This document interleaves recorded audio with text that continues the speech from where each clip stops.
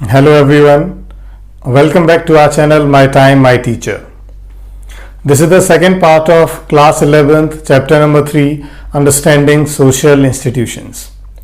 Few topics were left in the first video because the video could be very long. So the rest of the topics, they are included here in this video. The first topic which we are taking just now is the education. Education is something which is going to differentiate between the humans and animals. When we talk about the animals, sometimes they are also more intelligent than human beings.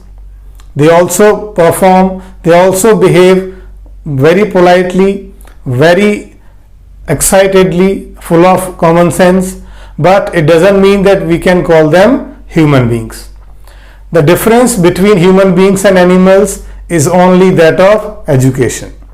Now the question is how education comes, because is it the education that we get only in schools or something else? If this is the education, then what about those who are illiterate, or what about the times when schools were not there, colleges were not there? Can we call that the people they were not educated? Can we call the people they were quite ignorant?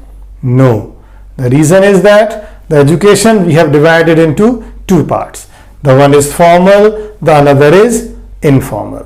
What is formal education? The formal education is which we get formally in schools with a fixed curriculum,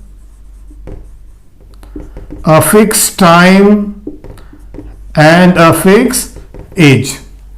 The education which we get in schools and colleges, somewhere which are only made for the education, they are having the fixed curriculum, that particular chapters, subjects are to be taught, they are having fixed timing, morning to evening, morning to afternoon, and they are having a permanent fixed age, that you can get education starting at 3 years, nursery admissions, then college 21, 25 years, like that. That is called formal education, because we are using a particular format to get the education. But what about that we are getting out of the schools, out of the colleges, out of the age? That comes under the category of informal education. We get it anywhere,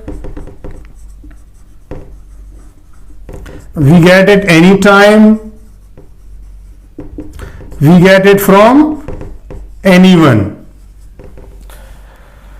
Anywhere means not only in the school, out of the house, inside the house, at the marketplace, at the community center, anywhere. On the road, we can get this informal education anywhere when somebody is going to teach you something.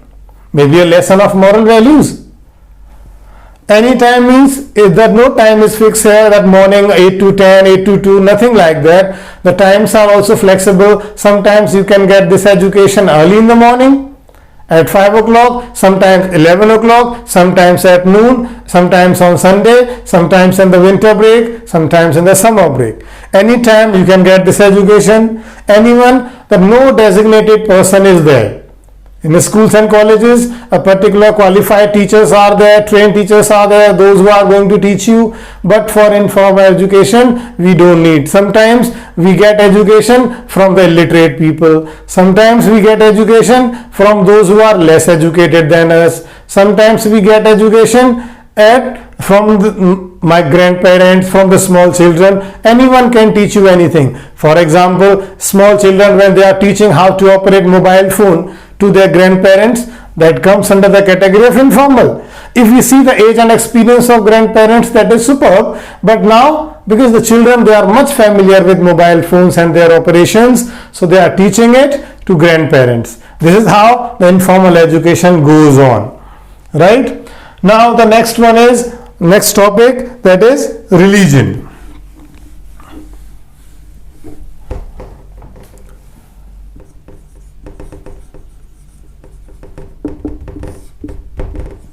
Religion is another social institution, but what is religion? That is the question. Religion is a particular set of beliefs to follow the supernatural powers, to believe in supernatural power of God. It is true that nobody has seen the God of any religion, but still we all are following the religion, and the way religion is the way to go to God, to reach there, to follow His instructions. We are getting some beliefs in the religion, the ways how to reach to God, that is shown by the religion. Now see, first of all we are taking the Hindu religion. Hindu religion, the oldest religion of the world. Nobody knows who is the founder of Hindu religion. Lakhs of people, crores of people are following that. It believes in gods and goddesses.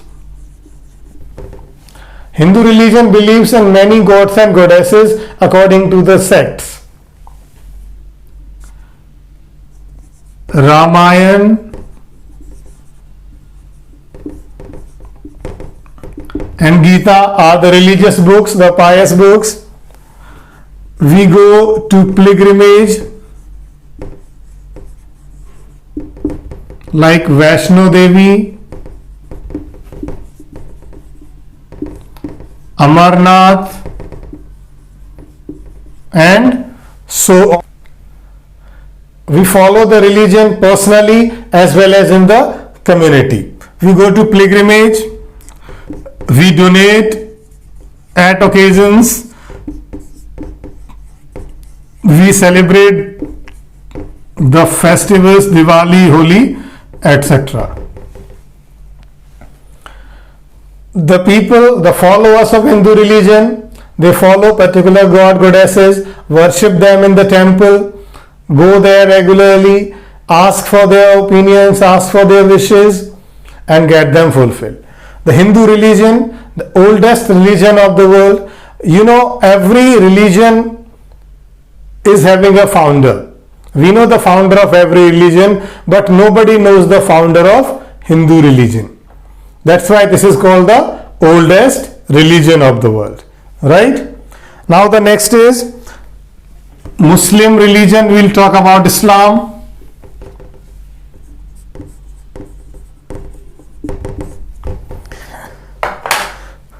Founder Muhammad, Paighambar Muhammad.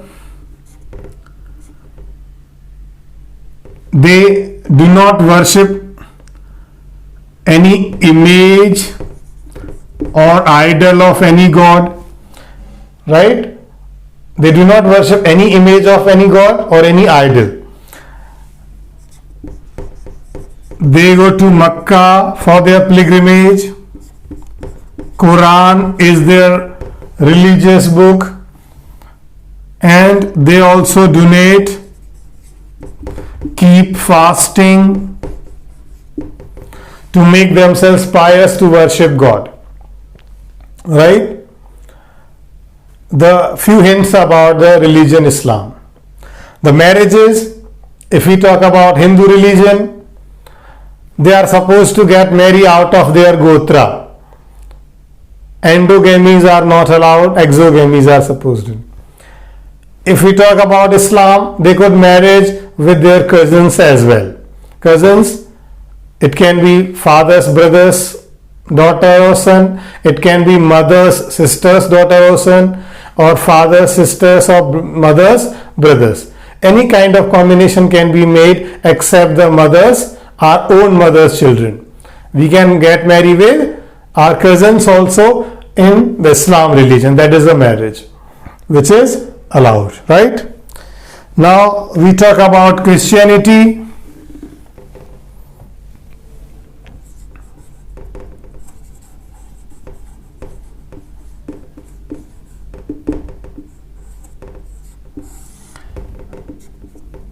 They go to church.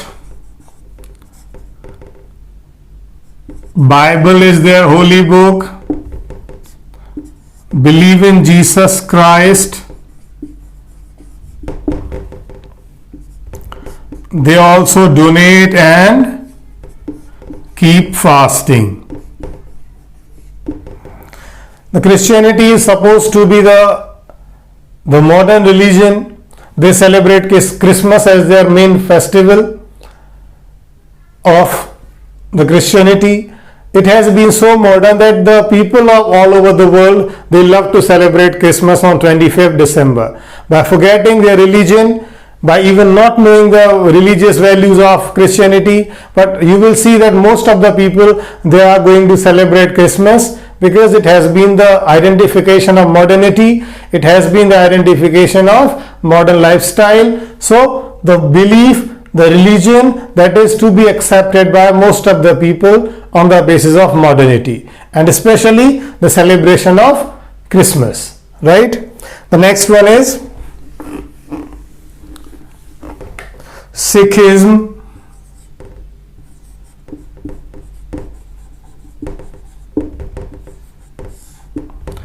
They believe in Guru Granth Sahib,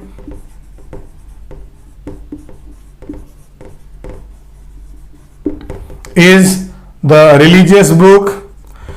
They go to temples like Amritsar on their religious journey, and they also keep fasting and donations just to keep themselves very closer to God. That is about the Sikhism. One is Buddhism. Buddhism also, we have Jainism, we have so many small sects also. That is, I'm not going to discuss here because it will be so long. Now we are coming to economic institutions.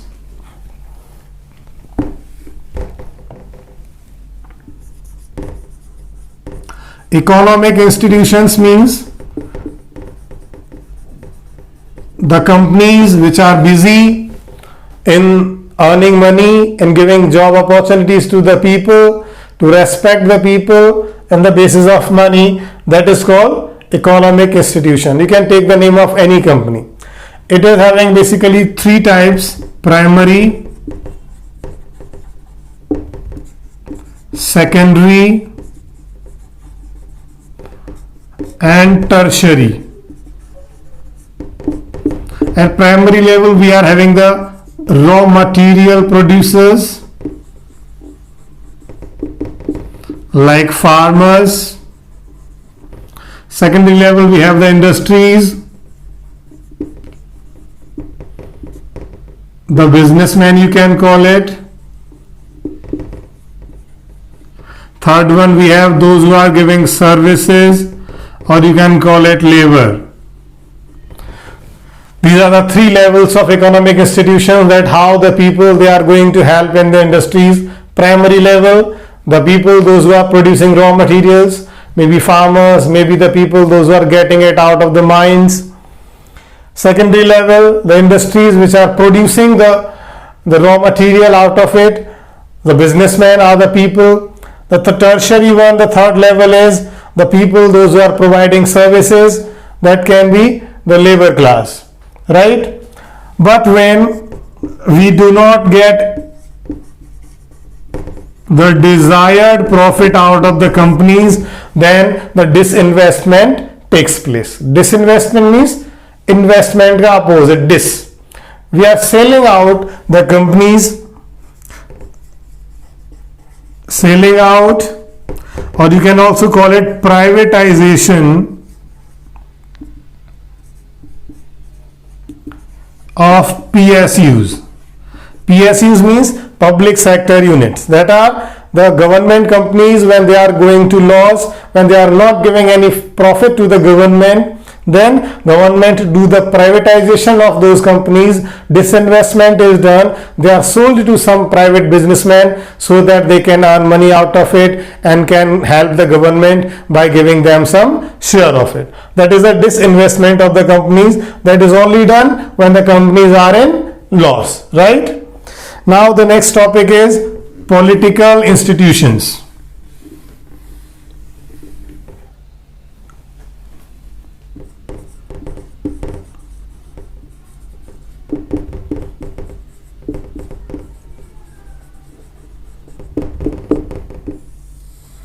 Political institutions are the political parties,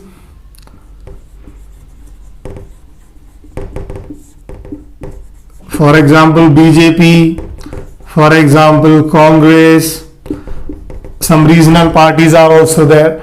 Political parties are the one, this is a group of the people, those who are having the same set of mentality, the same agenda for the development of the country. They are supposed to develop the country on the basis of their own agenda, their own principles. But it is not seen in the society, in the country. The people, the political parties, they are more busy in just torturing the people, not doing any kind of the development in the society, in the villages especially. That is the political institutions, that how the people, they are supposed to take care of the public when they are ruling the government. The next one is Panchayati Raj institutions.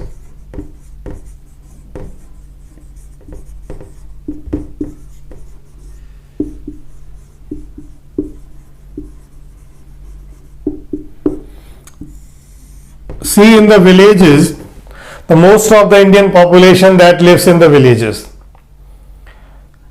Earlier, the MLAs, MPs, they were supposed to develop the villages to sort out the problems of the rural people, but that never happened. The people were so busy in their tours, in the government, or maybe it was they were not willing to develop the rural areas. So that's why the government thought a new way to develop the villages, that is Panchayati Raj. Panchayati Raj means Panchayat Ka Raj. Panchayat means गांव के local log, the local people of the village, they are supposed to make a panchayat, going to make a sarpanch, head of the village, and then the government was transferring money directly to the head of the village, the sarpanch, in order to carry out the development works in the society, in the village. For example, the constructions of road,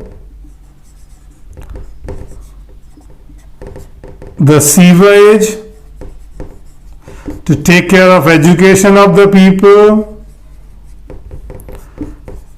distribute the ration, and other policies. When the government was getting complaints regarding the leaders, the MLAs, MPs, then they gave it to Panchayati Raj itself. Every village or hardly 2 villages were together when the people were getting money, because they were the local people and they could decide which problem is to be sorted out first. The reason, they know they are facing the problems, they could easily understand, and they can also carry out the work at their own level. That was only done to make sure that the villages are also developing at the same rate and the cities are doing. The government is giving money to these institutions just to make sure that these are developing. They are the people and the villages, they are doing something good. Last, you can see other policies. The government is running lot of policies of public welfare, and you will be shocked to know that all the policies are run in order to make the life of villagers better, improved with the help of Panchayati Raj. The people of the state government and the central government, they are not involved in that. That is directly the money and the policies, they are implemented with the help of Panchayati Raj, the Sarpanch and other heads of the villages, in order to make sure that the people, those who are jobless, for example Manrega you can take, Ujjwala you can take, because the people, they know better who is poor, who is deserving, so that they can carry out the works in order to make their life smoother. And the money of the government, that is reaching in good hands, in the hands which are responsible for the development. That is the reason why the government has Panchayati Raj institutions, right? So students, this is the end of the chapter. Hope you got it all. If you have any doubt, you can comment or you can text me directly. I'll surely try to help you out of these things. Make sure you are reading the NCERT also once to make it doubly, otherwise watch the video twice, thrice to make it permanent, right? Thank you very much.